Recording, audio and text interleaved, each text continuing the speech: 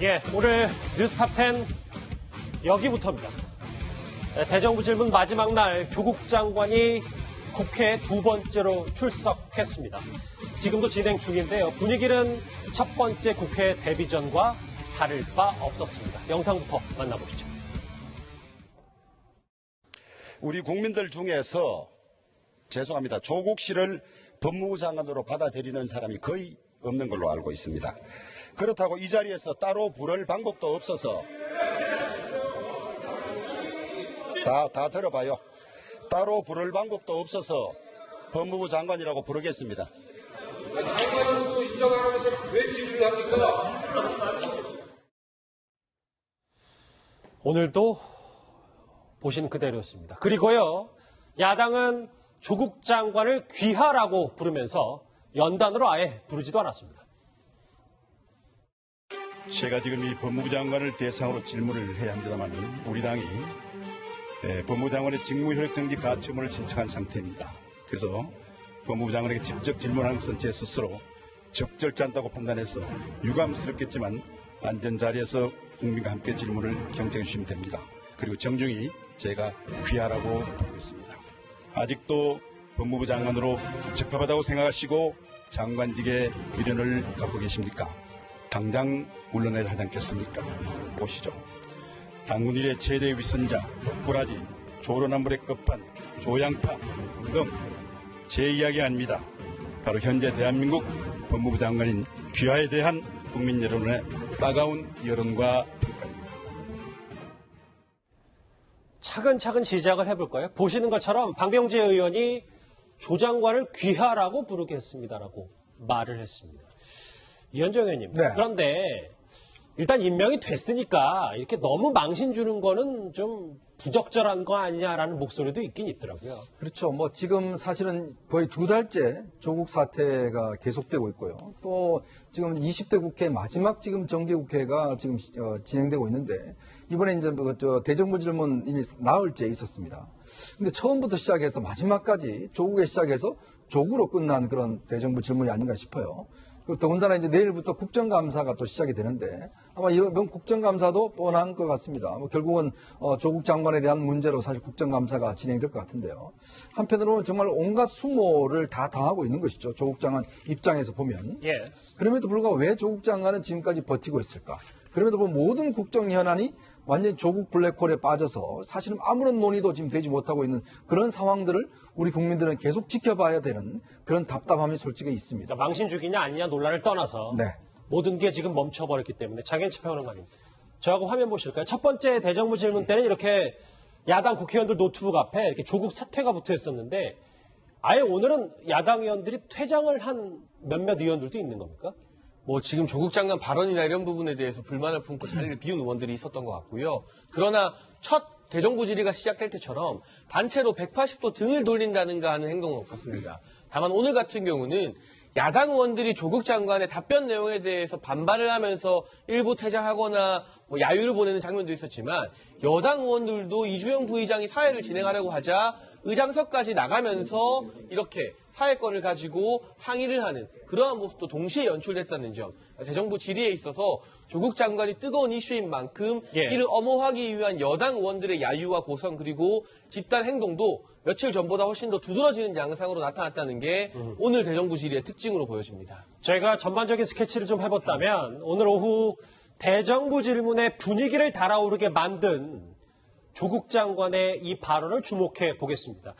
아직까지 여전히 좀 계속되고 있는 자택 압수수색 당시 검사와 통화를 한 사실, 그날의 진실 관련 얘기입니다. 장관은 이 행위가 인륜에 가는 것이라고 주장을 하는데 제가 볼 때 인륜은 부인에게 전화해서 당황하지 말라는 것까지가 인륜이고 검사 전화 바꾼 것은 공적인 일입니다. 공사 구분을 못하고 있어요. 제가 바꿔달라고 한 게 아니라 제처가 순식간에 바꿔주어서 제가 부탁을 드렸습니다. 그러니까 그 점에 있어서 스스로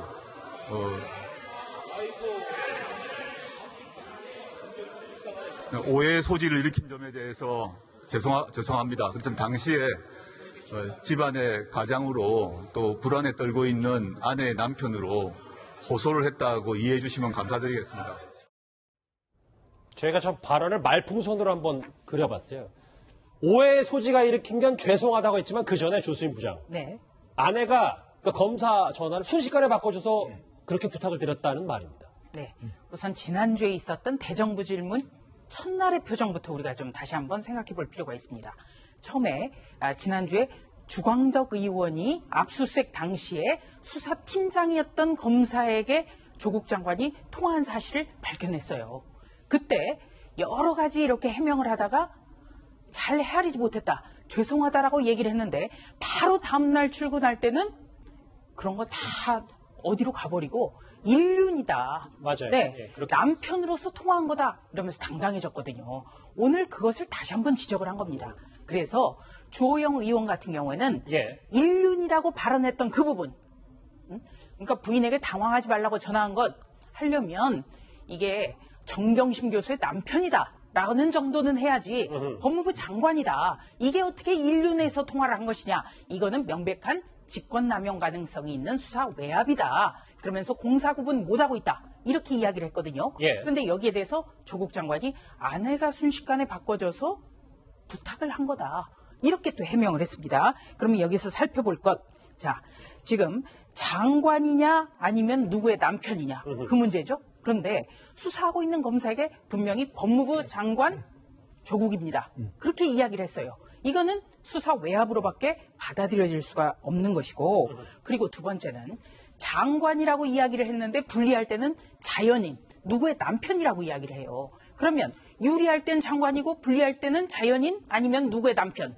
이것도 굉장히 이중적인 것이죠. 그리고 세 번째, 아내가 바꿔줘서 부탁을 드렸다. 그렇죠. 자, 동양대 총장과의 전화 통화도 정경심 교수가 동양대 총장에게 전화를 하고 바꿔줍니다. 아주 나쁘게 생각을 하면요. 이거는 통화 기록을 남기지 않으려는 거예요. 본인 전화로 그렇습니다. 통화한 건 아니다. 네. 왜 제가 이런 말씀 드리냐면 조국 장관은 민정수석으로서 통화 내역 조회도 많이 해봤고요. 청와대 직원들의. 그리고 형법 교수입니다. 그렇기 때문에 아내가 순식간에 바꿔줘서 부탁을 드렸다는 저 말이 오히려 덫이 될 수 있습니다. 덫이 될 수 있다. 정태현 변호사님이 순식간에 바꿔줘서 어쩔 수 없이 전화 통화를 해서 부탁을 했다는 발언을 어떻게 들으셨어요? 저분이 아직 스스로 본인이 공직자라는 생각을 안 하고 계신 것 같아요. 예를 들어 그 조국 장관이 뭐 법과대학 교수다.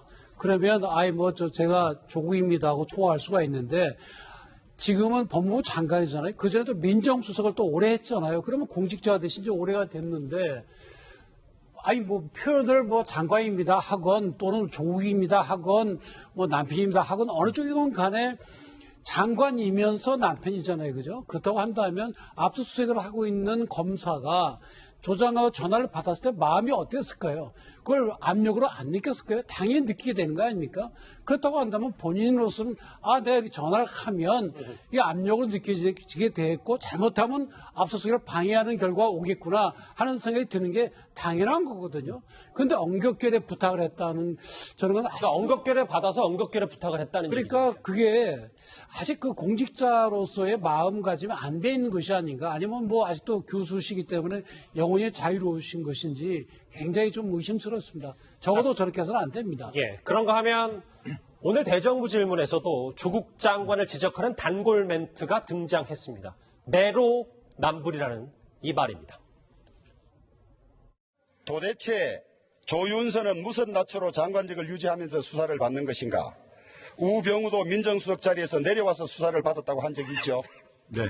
본인의 양심이 있다면 수사받으면 그만둬야 되는 거 아닙니까? 과거 의견에 대해서 그 당시 제가 교수 시절에 아마 썼던 글인 것 같습니다. 다시 한번 성찰하도록 하겠습니다. 저 말 뒤에 야당 의원들이 야유가 나왔어요. 다시 한번 성찰하겠다는 의미는 이현주 의원님 어떻게 받아들여야 됩니까? 글쎄요, 조국 장관이 자꾸 이제 성찰하겠습니다. 이야기를 아주 입에 달아놓고 이야기를 하는데 사실은 성찰이라는 것은 어떤 면에서 보면 행동으로 이어져야 되는 게 성찰 아니겠습니까? 그러니까 반성만 하겠습니다. 성찰만 하겠습니다. 이렇게 이제 저는 들리거든요. 그것으로 끝인 것이죠. 더군다나 왜냐하면 사실은 조국 장관 사태를 겪으면서 국민들이 분노하는 이유가 모든 어떤 이 상황에 대해서 본인이 예전에 다 이야기해 놓은 상황이 있습니다. 아까 조금 전에도 들으셨지만 그건 제가 교수 시절에 이야기했다라고 또 그런 이야기를 하거든요.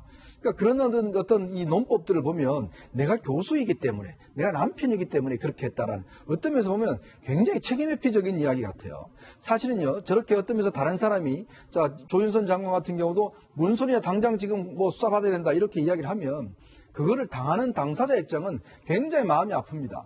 근데 어떤 면에서 조국 장관은 남에게 대해서는 굉장히 촌철살인의 어떤 이야기를 많이 하는데 예. 본인에 본인에 대해서는 그것에 대해서는 전혀 책임감을 느끼지 못하는 것 같아요. 그래서 오히려 더 이 사태가 더 키워진 그런 측면도 있는 것 같습니다. 그러니까 장현철 평론은 이 부분에 대해서는 본인이 뭐 성찰이란 단어보다 확실하게 사과나 뜻을 밝혔어야 되는 거 아닌가라는 지적도 있어서요. 최소한 국민들이 이 조적조라고 하잖아요. 조국의 적은 조국이다. 이런 앞뒤가 다른 발언에 대해서 많은 상처를 받았기 때문에 거기에 대한 사과가 필요해 보이는데 성찰이라는 말 뒤에는 행동이 따라와야 됩니다. 지금 개혁 대상으로 지목받고 있는 검찰 같은 경우는 대통령이 지적하자 성찰하겠다고 한 다음 오늘 바로 개혁안 내밀었잖아요. 이렇게 행동으로 보여주는데 정작 검찰을 지휘하는 법무부 장관은 성찰하겠다는 말만 몇 번째이고 거기에 뒤따른 사과나 이러한 행동이 전혀 없었습니다. 개혁 주체라고 하는 검찰보다 못한 모습을 법무부 장관이 보여주고 있다는 점에서 말뿐인 성찰이 되지 않으려면 행동이 반드시 뒤따라야 된다는 말씀을 드리고 싶습니다. 예. 네, 성찰이라는 말 자체는 반성하고 살핀다라는 뜻 아니겠습니까? 네. 그런데 지난주만 하더라도 법무부 장관으로서 검사에게 압수수색 도중에 전화한 것 잘 헤아리지 못했다. 사과를 했어요. 대정부 질문에서는. 그런데 바로 다음 날에 인륜을 이야기하면서 내가 뭘 잘못했냐. 예. 이런 식의 태도를 보였기 때문에 오늘 또 한번 성찰하겠다고 하는 저 단어가 굉장히 야당 의원들에게 비아냥을 사는 겁니다. 그리고 이 지금 월요일 날 어제 발언만 보더라도 서초동의 촛불 시위에 대한 민심을 검찰이 헤아려야 된다고 얘기까지 했거든요. 지금 개혁의 대상이 개혁의 주체가 돼서 자꾸 개혁을 이야기합니다. 굉장히 불편합니다. 알겠습니다. 오늘 오후에 있었던 대정부 질문 마지막 날 조국 발언의 발언 핵심 짚어봤습니다.